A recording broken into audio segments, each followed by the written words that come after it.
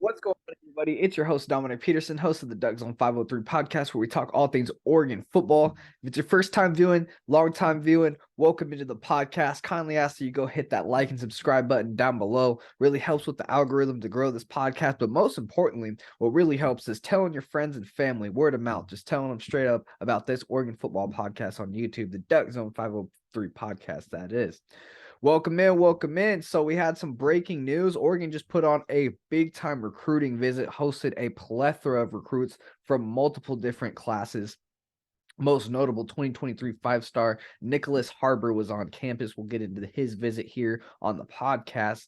But before we get into that, we have to talk about the commit that just happened. Yes, Dan Lanning's already building on this 2024 class as he landed 2024 three-star defensive lineman Jaxson Jones. Yes, he committed early Sunday morning after his recent visit. This past weekend was blown away. Father said some things. We'll get into it here, okay? Best thing about this commitment for me personally is he just decommitted from Washington. And us Oregon fans absolutely hate the Huskies. So getting a commit that was recently just committed to the Huskies, getting him on Oregon, getting him to Oregon, getting him on campus, and then instantly, just like that, we get him to commit.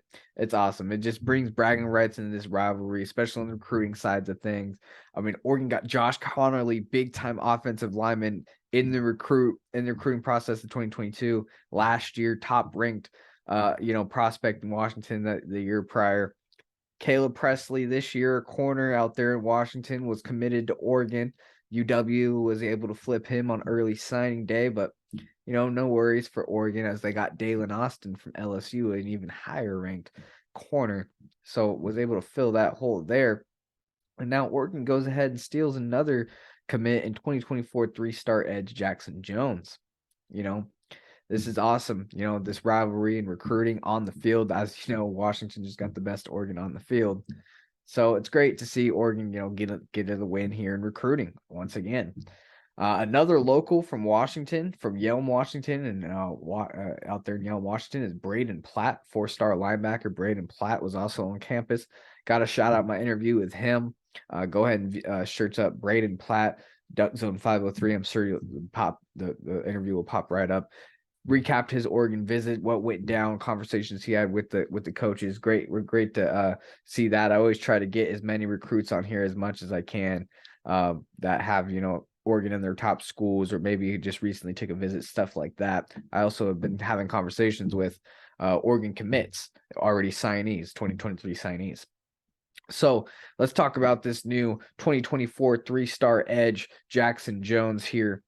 We got Jaxson Jones. So Jaxson Jones is 6'3", 215 pounds, really good size at 6'3", good length with his arms. He's very quick and nimble on his feet, really uses his quickness really good and his footwork to get to the quarterback and sack the quarterback. He does kind of lack that strength needed for bull rush pass moves, maybe facing those stronger offensive tackles. They can just kind of overpower him, but never the doubt, get into a college program, get into the weight room, he'll build his frame up. Jones 247 composite ranking. He's the number 41 edge in the 2024 class, number 11 player in Arizona, number 611 player nationally. So never the doubt. You can also build on these rankings. You can see this guy fly up. You can also see him decrease in the rankings. I'm not going to leave that out, just based on his play on his senior year coming up.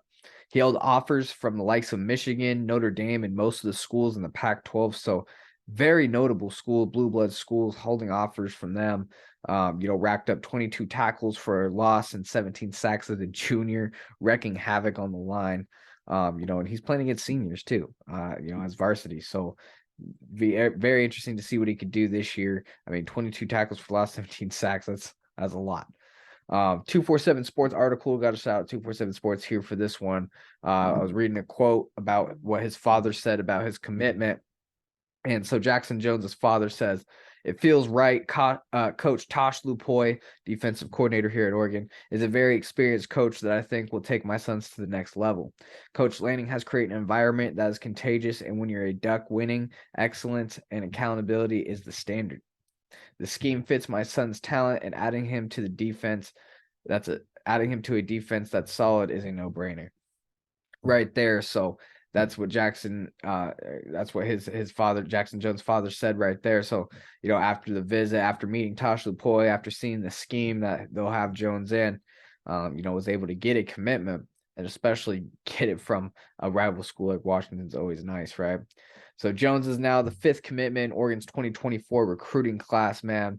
Dan Land's building this thing. February 1st is the 2023 signing day, and then we're all in for 2024, right? He's joining tight end AJ Pugliano, who's a in-state tight end prospect here in the state of Oregon.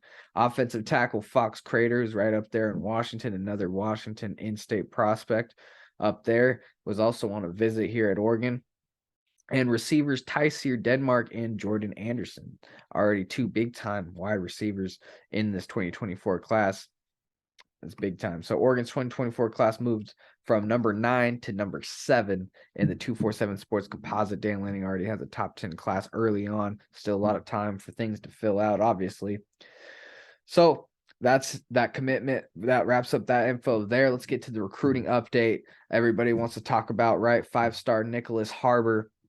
We'll get to that here, but for podcast reasons, I always like to, give a complete visitor list of everybody who's on campus from all the different classes. So obviously I just said 5-star athlete Nicholas Harbor. I'll also follow up by saying their name, and then also following up with their national ranking via On3 Sports. So these national rankings are coming from On3 Sports, and it's according to their own class. So in the 2023 class, we just had, like I said, Nicholas Harbor is nationally 19th, number 1 athlete listed in the 2023 class there. Moving on to the 2024 class, had a plethora of athletes here. 4-star linebacker Justin Williams, nationally 63. 4-star wide receiver Tyseer Denmark, nationally 121st. And 4-star wide receiver Jeremiah McClellan, nationally 201st. 4-star running back Khalil Valentine, nationally 312th. 3-star safety Brooklyn Cheek, nationally 582nd. 3-star athlete Anias Walker, nationally 585th. 3-star tight end Ryan Swanson, nationally 650. 3-star edge Jaxson Jones, nationally 662nd. 2025 class, moving on, we have 4-star wide receiver Doka Ryan Moore, nationally 13th. That's a big time wide receiver, and we're gonna have a picture we're gonna show you of him. Wide receiver Dallas Wilson, and then local offensive lineman right there, here in Portland, Oregon, Jace Eveland. Running back Zach Thompson, athlete Robert Santiago fills out the 2025 class. We had 1 kid as a freshman 2026 class, Tomuhini Topahui. I think I'm saying that. I butchered that probably. Tom Uhini Topui. I think that's the nose tackle from modern day, but I didn't write that in my notes, so don't quote me on that. Either way, so the Nicholas Harbor, everybody wants to talk about how his visit, how'd it go? How do I think it went from the outside looking in? I was obviously not there in Eugene, but just based off my sources and based off, who was there at the basketball game and, off of Twitter and pictures and things like that, reports. I'm going to give you guys what I think about the Nicholas Harbor visit and how I think it went down. So obviously, number 1 listed athlete in the 2023 class is a major get if Oregon is able to land him. Here's him in a Oregon uniform right here, man. Really looking good in that Oregon uni. Here's him and 5-star wide receiver Dak Ryan Moore standing together here. Man, what a pair this would be if Oregon's able to land these two in the next couple classes. From what is reported so far, there's been absolutely no travel issues. I know that's always a big thing with these recruits coming from across country that live, in the East Coast, maybe Midwest. No travel issues, especially during the wintertime. You don't want those recruits going home and getting a delayed flight, a canceled flight, and then being like, man, if I want to see my family, is this going to happen again? You don't want that. You don't want that running through their head. You want the good stuff to always stick in their head going home, right? And a smooth flight home, as what I've seen. Just checked his Instagram story. It looks like he just landed in Houston, so he's on his way home. He's out of here from the Northwest, the cold Northwest, that is. We just had a cold front, too. So good to see him get safe travels to and from Eugene. He was able to check out brand new Hayward Field, took a picture and video of that, was able to share that to you guys on my social medias. Nicholas Harbor, he wants to run track and field, very fast, just absolutely just a freak athlete. Okay. tremendous athlete. He plays DN. He plays offense at tight end. He's primarily going to play tight end if he at the college level. It says that's what he said he wants to do. And he also wants to be a gold Olympic medalist. So where else but to produce Olympic track athletes than Oregon, right? You've seen what Devin Allen did with Oregon football and track, back a couple years back, and we can probably get Nicholas Harbor on and pitch that idea to him, and he could do big things during the football season and be a tremendous track athlete at a school that's known for Track USA, right? Nike Town. And, Phil Knight was rumored to be on campus during the visit. I did not see any pictures or reports anymore on that. I just heard that rumor that Phil Knight was going to be on campus while Nicholas Harbor was going to be on campus. So rolling out the red carpet, right? Oregon's doing it all. And more importantly, he attended the basketball game. Now, for me, this was kind of streaky because Oregon basketball crowds have not been that well, especially since the COVID era. Just hasn't looked well. Hasn't been really filling out. The basketball season this year has not been well at all. But Oregon's starting to get a couple wins for the basketball team, and they did last night. It was big. They had a record capacity of 8,000 plus in the Matthew Knight Arena for that win over Utah, right? Which is important, to get that live crowd feel. You get to meet the community, and you don't want a dead stadium with your team losing by 20 to a team you should beat, right? They had that vibe. They had the team going. The student section had it going. There's a picture of him in the student section, meeting the fans, getting that community vibe, right? When you're from the East Coast, the Midwest, when you're far, he's from Washington, D.C. When you're far away from home, you want to come in on your visit and get that home feel, right? Get that community feel, meet all the most important people, meet the students, feel like you're wanted at a place where it's far away from your house, right? And there was chants directly during the game. We want Harbor. We want Harbor. We want Harbor from the student section. Okay. I mean, and you get the win, big time crowd. I mean, this is just an amazing visit. The football team got to go on the floor. They got a big time cheer from the crowd, showing how much they're appreciated from the basketball fans alike, from the Oregon community, right? And afterward, I'm watching Harbor's story, and he's going bowling. He's going bowling with the players. Triquez Bridges had him on his story, and they were bowling. He's an excellent bowling player, matter of fact. I mean, the kid's just talented, right?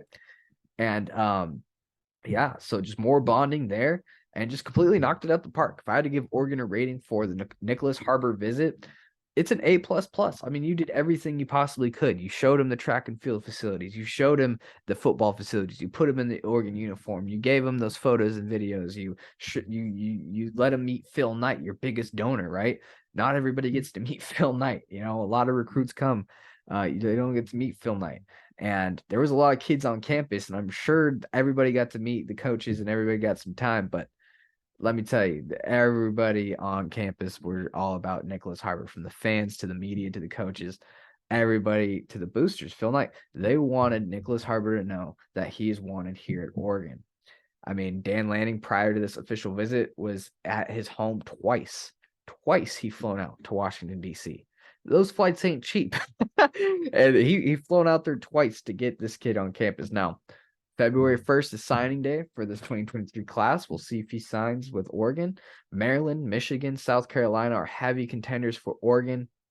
Parents were Maryland alum. A lot of the experts in the recruiting industry say South Carolina has a good hand in his recruitment, have had an established relationship with his family. So a lot of crystal balls are in for South Carolina. We'll wait and see. I tend to think Oregon has a very excellent shot, especially after this visit. Right before signing day. I think if he can get his parents sold on Oregon, which is a big ask, I think we'll see Nicholas Harbor be a Duck. But I think that's a big ask. I don't think his parents want him to be away from home, too far away from home. They're Maryland alum. They don't know too much about the West Coast. I don't think his parents came with him. But we'll see. I mean, I think that's why Dan Lanning went out there twice, try to get that, get his trust with the parents. We'll see if it was enough. We will see. Last picture I'll show you guys here is a 4-star wide receiver, Jeremiah McClellan here. He's at a Christian Brothers College High School out there in St. Louis, Missouri. Standing 6'1", 185 pounds. Number 31 wide receiver in the 2024 class. Number 4 player in Missouri. Number 183rd nationally. So yeah, big time wide receiver in an Oregon uniform, looking real clean. Oregon already kind of has 2 wide receivers in this class, so this is an ultimate need as much as some of the other positions would be.